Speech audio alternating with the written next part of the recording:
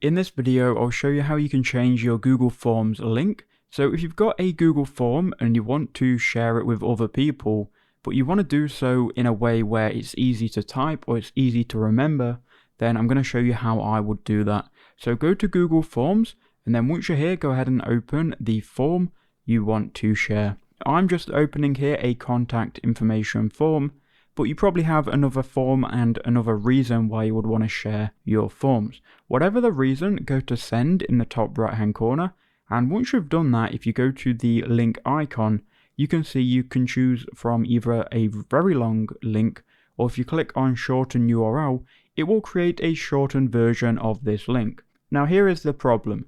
If you were trying to get people to type in this link, it's very long and it's quite hard to type in, right? It's not very easy to type in at all, so we would have to shorten this again. Now what I would recommend you do, if you want to create a custom link which is easy to remember, I would actually recommend you use a service called TinyURL. Now if you go ahead and search on Google for TinyURL, you'll see it's a URL shortener, and because we can't shorten the link any further in Google Forms, we can actually shorten it in TinyURL and create a custom link. So copy this link to your Google form, then head over to TinyURL and paste it in here.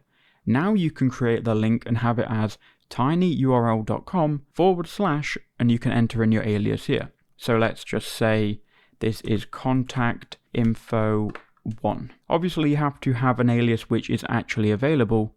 If it is available, you can then click on shorten URL and it's going to shorten that URL. So let me try contact info 112. And we'll shorten that. And as you can see now, we've got a shortened URL. We can then copy this.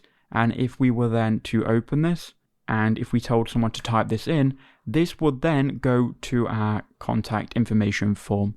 So that is the only way you can essentially customize the URL link. I would do it through TinyURL. I hope that helped.